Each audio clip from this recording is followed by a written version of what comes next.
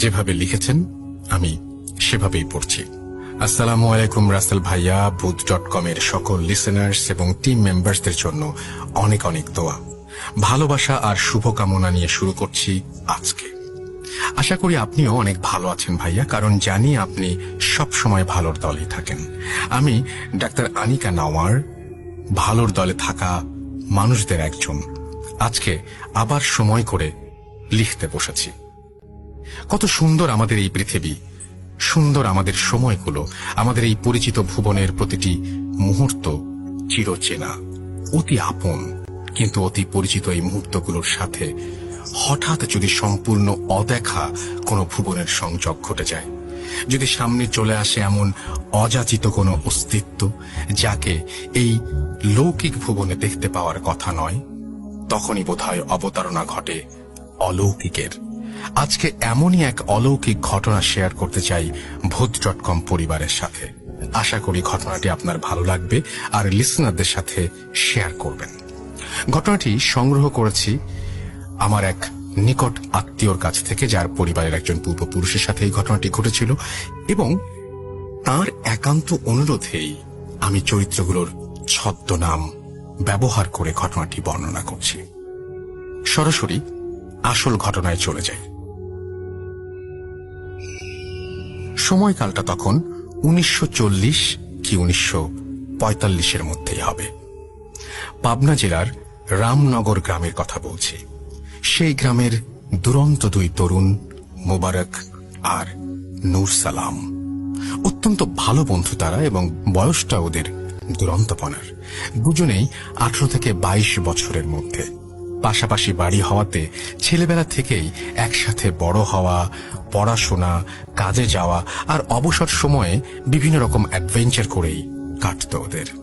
যে সময়টার কথা বলছি, সেই সময়ে কিশোর তরুণদের বিনোদন বলতে ছিল মাঝরাতে মাছ ধরতে যাওয়া, ভরা বর্ষায় ভীষণ খরস্রোতা নদী সাঁতরে পার হওয়া, শীতের সময় বাওরে বিলে বুনো পাখি শিকার করা। এদিক থেকে ওরা ছিল বেশ দুঃসাহসী, অ্যাডভেঞ্চার প্রিয়। ভূত আর অলৌকিককে খুব একটা বিশ্বাস ছিল না। রামনগর গ্রামের শেষ সীমানায় ছিল একটা বিশাল বাওর। শীতকালে সেই বাওর পূর্ণ হয়ে যেত নানা রকম দুর্লভ সব শীতের পাখি দিয়ে। কিন্তু সেই বাওরে পৌঁছানোর জন্য পার হতে হতো বিশাল একটি জঙ্গল। পারতপক্ষে দিনের বেলাতে কেউ জঙ্গলের ধারে কাছেও যেত না, আর রাতের বেলায় তো প্রশ্নই উঠত না, কারণ ওই জঙ্গল নিয়ে নানা রকম ভৌতিক কাহিনী প্রচলিত ছিল। যারাই ওই জঙ্গলে বা তার আশেপাশে যেত, তাদের অনেকেই অদ্ভুত আর ব্যাখ্যাতীত নানা রকম অভিজ্ঞতার সম্মুখীন হতেন। বিভিন্ন সময়ে কিছু মানুষ নাকি রাতের বেলা ওই জঙ্গলে শর্টকাট রাস্তা ধরেছিল দ্রুত গন্তব্যে পৌঁছানোর জন্য, কিন্তু তারা নাকি আর কখনোই গন্তব্যে পৌঁছায়নি। তাদের কোনো হদিসও মেলেনি। যাই হোক, একবার এক শীতকালে হলো কি, বন্ধুদের এক গল্পের আসরে অশরীরী নিয়ে নানা তর্ক বিতর্কে মুবারক আর নূর সালামকে তাদের কিছু বন্ধু চ্যালেঞ্জ ছুড়ে দিল যে যেহেতু তারা সাহসী, ভূতে বিশ্বাস করে না, তাই তাদেরকে এক শীতের রাতে ওই জঙ্গল পেরিয়ে বাওরে যেতে হবে, এবং তারা যে বাওরে গিয়েছিল সেটা প্রমাণস্বরূপ দুই একটি শীতের পাখি শিকার করে আনতে হবে।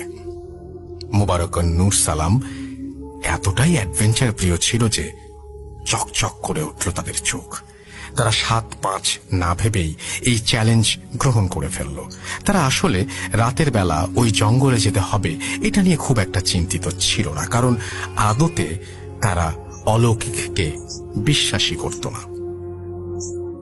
যাই হোক, দুই বন্ধু খুব দ্রুত প্ল্যান করল যে রাতের আধারেই, অর্থাৎ রাতে রাতেই তারা বাওরে যাবে। বাসার বড়রা যদি জানতে পারে এই প্ল্যানের কথা, তাহলে তাদের কখনোই যাওয়া হবে না। তাই দুজন ঠিক করল গভীর রাতে যখন সবাই ঘুমিয়ে পড়বে তখন ওরা দুজন বের হবে। যেই কথা সেই কাজ। নির্ধারিত রাতে সবাই ঘুমিয়ে যাবার পর মুবারক ও নূর সালাম বেরিয়ে পড়ল। রাত আনুমানিক 12টা হবে। ভয়াবহ রকম শীত পড়েছে সেই রাতে। তাপমাত্রা হয়তো 10 ডিগ্রিরও নিচে নেমে গেছে। ভয়ঙ্কর শীতে হু হু করে কাঁপতে কাঁপতে ওরা জঙ্গলের কাছে পৌঁছে গেল। ওদের সাথে পাখি ধরার ফাঁদ আর পুরনো আমলের একটি শটগান আর স্বল্প আলোর একটি টর্চ লাইট। শীতের পরিষ্কার আকাশে ঝলমলে জ্যোৎস্না, কিন্তু এত বেশি ঘন কুয়াশা যে 2 হাত দূরের জিনিসও ভালো মতো ঠাহর করা যায় না। কনকনে শীতের রাতে ঝকঝকে চাঁদের আলো আর ঘন কুয়াশার সাদা চাদর ভয়ানক অদ্ভুতরে এক দৃশ্যপট তৈরি করল। ওরা দুজন জড়সড় হয়ে কাঁপতে কাঁপতে গ্রামের বড় রাস্তা থেকে নেমে মাটির রাস্তা ধরে জঙ্গলের গভীরে প্রবেশ করল। এইবার কিন্তু ঘন গাছের আড়ালে চাঁদে ঢাকা পড়ে গেল। ওরা টর্চ আর মৃদু আলোয় সামনে এগোতে থাকলো। হঠাৎ নূর সালাম দাঁড়িয়ে গেল। মোবারক ওর দিকে প্রশ্নসূচক দৃষ্টিতে তাকালে নূর সালাম বলে উঠল, আমরা ছাড়া এখানে আরো কেউ আছে আমি নিশ্চিত। মোবারকও দাঁড়িয়ে একটু বোঝার চেষ্টা করতেই স্পষ্ট টের পেল ওদের কিছুটা পেছনে জঙ্গল থেকে একটা অস্বাভাবিক লম্বা, অত্যন্ত শীর্ণকায় মানবাকৃতির একটি কুঁচকুঁচে কালো অবয়ব রাস্তায় বেরিয়ে এসেছে। নিকষ কালো অন্ধকারে ভালো করে কিছু বোঝা যাচ্ছে না, কিন্তু হতবাক হয়ে ওরা লক্ষ্য করল ওই প্রায় 10 ফুট লম্বা অবয়বটির সাথে একটি চতুষ্পদ পশুর মতো আরো একটা কিছু আছে। এই প্রথমবারের মতো ওরা দুজন একসাথে উপলব্ধি করতে পারল যে কি বোকামিটাই না ওরা করেছে এই জঙ্গল নিয়ে সব ঘটনাকে অবিশ্বাস করে। অস্বাভাবিক লম্বা সেই অবয়বটি হঠাৎ তার শীর্ণকায় একটি বাহু উঠিয়ে সরাসরি ওদের দুজনের দিকে নির্দেশ করল, যেন দেখিয়ে দিল ওদেরকে। আর সেই অশরীরীর নির্দেশে ওই পশুটি তাদের দিকে এগিয়ে আসলো। ওটা যদি কুকুর হয়ে থাকে তাহলে ওটা কমপক্ষে একটি বাছুরের সমান বড় হবে। ধবধবে সাদা ওই পশুটি অলৌকিক স্বরে গর্জন করে উঠল। ওটার টকটকে লাল চোখের জলজলে হিংস্র চাহনি স্পষ্টই বুঝিয়ে দিল যে এই জগতের কেউ নয়। আস্তে আস্তে এগিয়ে আসছে ওটা।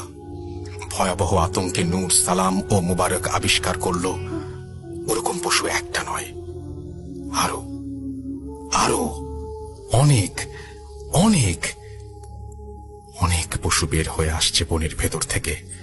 চারিদিক থেকে ঘিরে ফেলেছে ওদেরকে অন্য জগতের ধবল সাপদগুলো। একযোগে আর্তনাদ করে উঠল ওগুলো একত্রে।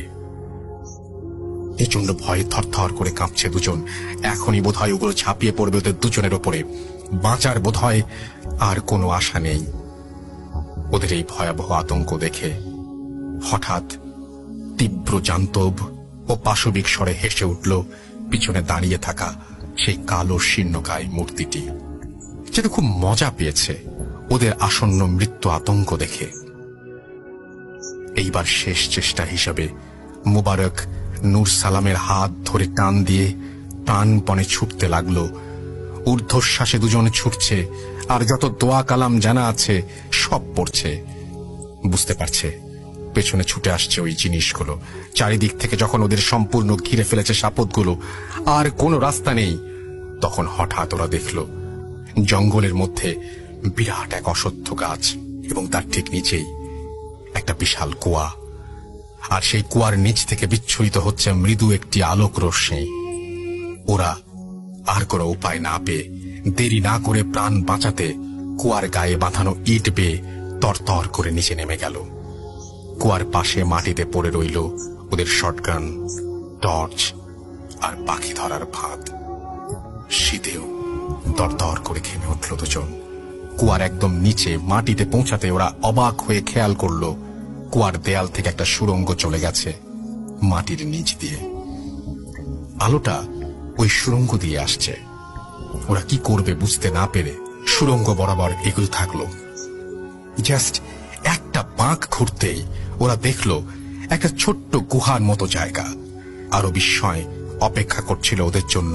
ওরা দেখল সেই গুহায় টিমটিমে একটি প্রদীপ জ্বালিয়ে বিশালাকার একটি পুঁথির মতো পুস্তকের ওপর ঝুঁকে রয়েছেন একজন বৃদ্ধ, যেন অত্যন্ত মনোযোগের সাথে পড়ছে সেই গ্রন্থটি।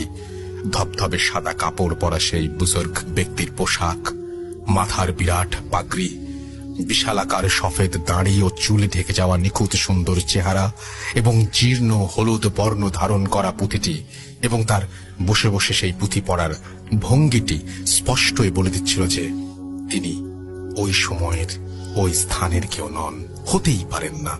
মুবারক শুকনো গলায় বলে উঠল, কে কে ওখানে? ওদের প্রশ্ন শুনে ধীরে ধীরে মুখ তুলে ওদের দিকে তাকালেন বৃদ্ধ। নিষ্পৃহ আর শূন্য একটা দৃষ্টি তার কাচের স্বচ্ছ দুই চোখে। সম্পূর্ণ অচেনা এক ভাষায় ওদের দুজনকে ধমক দিয়ে উঠলেন। এরপর স্পষ্ট বাংলা ভাষায় ওদের গ্রামের স্থানীয় ভাষাতেই ধমক দিয়ে উঠলেন। বললেন যে এটা ফাজলামি করার জায়গা না, এবং তিনি বলেন যে ঘুরে বসো আর দোয়া কালাম পড়তে থাকো, কোনো মতেই বাইরে যাবে না। যেন বাইরে থেকে ওদের সাথে কি হয়েছে তা সম্পর্কে সবকিছুই জানেন সেই বৃদ্ধ। এই চিন্তা করার সময় নেই। মোবারক আর নূর সালাম দ্রুত বৃদ্ধের দিকে ঘুরে পেছন ফিরে বসে কালিমা আর জানা সব দোয়া কালাম পড়তে থাকলো। সময় যেন থমকে গেছে। বাইরে থেকে ভেসে আসছে শত শত অজানা সাপদের ভয়াবহ গর্জন আর ঝড়ের মতো তাণ্ডবের আওয়াজ। কতক্ষণ চলে গেল ওরা জানে না। পেছনে তাকানোর কোনো সাহস নেই। দুজনের তন্দ্রা নেমে এলো চোখে। হঠাৎ আবার বৃদ্ধের ধমক। এখনই বের হয়ে যেতে বললেন তিনি। সোজা চলে যেতে বললেন, ডানে বাঁয়ে কোনো দিকে না তাকিয়ে। এক্ষুনি বের হতে হবে, এই মুহূর্তে। হঠাৎ ওরা শুনল ফজরের আজানের শব্দ ভেসে আসছে। ওরা দুজন বেরিয়ে যাবার আগ মুহূর্তে ওই বুজুর্গকে ধন্যবাদ দিতে যেই ঘুরবে, তখনই গমগম কণ্ঠস্বর পিছনে না তাকানোর জন্য হুঙ্কার দিল সে। এবং আজকের এই ঘটনা বাইরের কাউকে না জানাতেও সাবধান করে দিল আরো একবার। সোজা যেভাবে নেমেছিল সেই পথেই উঠে যেতে বলল। অন্ধকার আছে তখনও, কিন্তু কোনো সমস্যা হলো না। বাসায় না পৌঁছানো পর্যন্ত ছুটতে থাকলো ওরা ততক্ষণ, এবং বড়রা ততক্ষণে উঠে পড়েছে। ওরা বাসার কাছে পৌঁছেই ভীষণ অসুস্থ বোধ করল। মোবারকের চলে আসলো উচ্চ মাত্রার জ্বর, আর নূর সালামের অবনতি এবং বমি হতে থাকলো। বড়দের হাজার প্রশ্নের পরে ওরা কোনো উত্তর দিল না যে কি হয়েছে, কোথায় গিয়েছিল। কিন্তু অবস্থা বেগতিক দেখে হুজুর ডাকা হলো। হুজুর গোপনে ওদের সাথে কথা বলে বুঝলেন প্রথমে ভয়ঙ্কর খারাপ কিছুর খপ্পরে পড়েছিল ওরা। প্রাণটা হয়তো ওই রাতেই চলে যেত, কিংবা হয়তো হারিয়ে যাওয়া মানুষগুলোর মতো ওদের আর কখনোই ফিরে পাওয়া যেত না। ওই রহস্যময় বুজুর্গ ব্যক্তিটি ওদেরকে কুয়ায় আশ্রয় দিয়েছেন। সেই যাত্রায় সে কারণেই তারা প্রাণে বেঁচে গেছে। যাই হোক, হুজুরের রুকাইয়াতে আস্তে আস্তে ওরা সুস্থ হয়ে ওঠার পর ওদের মনে পড়ে যায় যে ওদের শটগান, পাখি ধরার অস্ত্র আর টর্চ লাইট সব ওই কুয়ার পাশে ফেলে এসেছিল ওরা। একদিন ওরা সাহস করে আরো কিছু লোকজন নিয়ে সেই জিনিসগুলো ফিরে আনতে গেল। ঠিক সেই কুয়ার পাশে পড়ে থাকার কথা ছিল সেগুলোর। সেই বিরাট অশ্বত্থ গাছের নিচে জিনিসগুলো যে হয়ে পড়েছিল সেভাবে আছে, কিন্তু সেখানে আদৌ কোনো কুয়া নেই। মুবারক, নূর সালাম একে অপরের দিকে হতবিহ্বল হয়ে কিছুক্ষণ তাকিয়ে রইল, কিন্তু টু শব্দটি করল না তারা। ওদের জিনিসগুলো নিয়ে দ্রুত বাড়ি ফিরল ওরা। এরপর ওদের বন্ধুরা পাখি না আনতে পারার জন্য যতই ওদের খেপালো না কেন, ওরা একটিও উচ্চবাচ্য করল না। ওদের আচরণের সাথে যা একেবারেই মিলল না। বন্ধুরাও তাদের এই পরিবর্তনের জন্য খুবই অবাক হয়েছিল। দুরন্তপনা ওদের চলে গিয়েছিল একেবারেই। এরপরের কাহিনীটি খুব ছোট। বন্ধুদের কোনো এক আড্ডায় অশরীরী অলৌকিক এই সমস্ত প্রসঙ্গ উঠলে খুব কৌশলে এড়িয়ে যেত ওরা দুজন। আর ভূতে বিশ্বাস করে কি না করে সরাসরি জানতে চাইলে শুকনো একটা হাসি দিয়ে চুপ হয়ে যেত। নূর সালাম আর মুবারক অনেকদিন পর্যন্ত গোপন রেখেছিল ঘটনাটি। পরে হয়তো বৃদ্ধা অবস্থায় বংশধরদের কাছে এই ঘটনাটি বলে গিয়েছিল তারা। ঘটনার সমাপ্তি এইখানেই, কিন্তু অনেকগুলো প্রশ্ন রয়ে গেল ভূত.com টিম আর লিসনারদের কাছে। সেদিন রাতের সেই কালো অবয়ব আর তার পোষা সাপদগুলো কি অন্য জগৎ থেকে এসেছিল? আর এই অসহায় তরুণকে আশ্রয় দিয়ে বাঁচিয়ে দেয়া সেই রহস্যময় বৃদ্ধই বাকে? লৌকিক আর পরলৌকিক এই দুই জগতের সেতু বন্ধন করেছিল যে সেই গায়েব হয়ে যাওয়া রহস্যময় কুয়াটি কোথায়? প্রশ্ন রয়েই গেল। হ্যামলেটের একটি লাইন বলে শেষ করছি। There are more things in heaven and earth.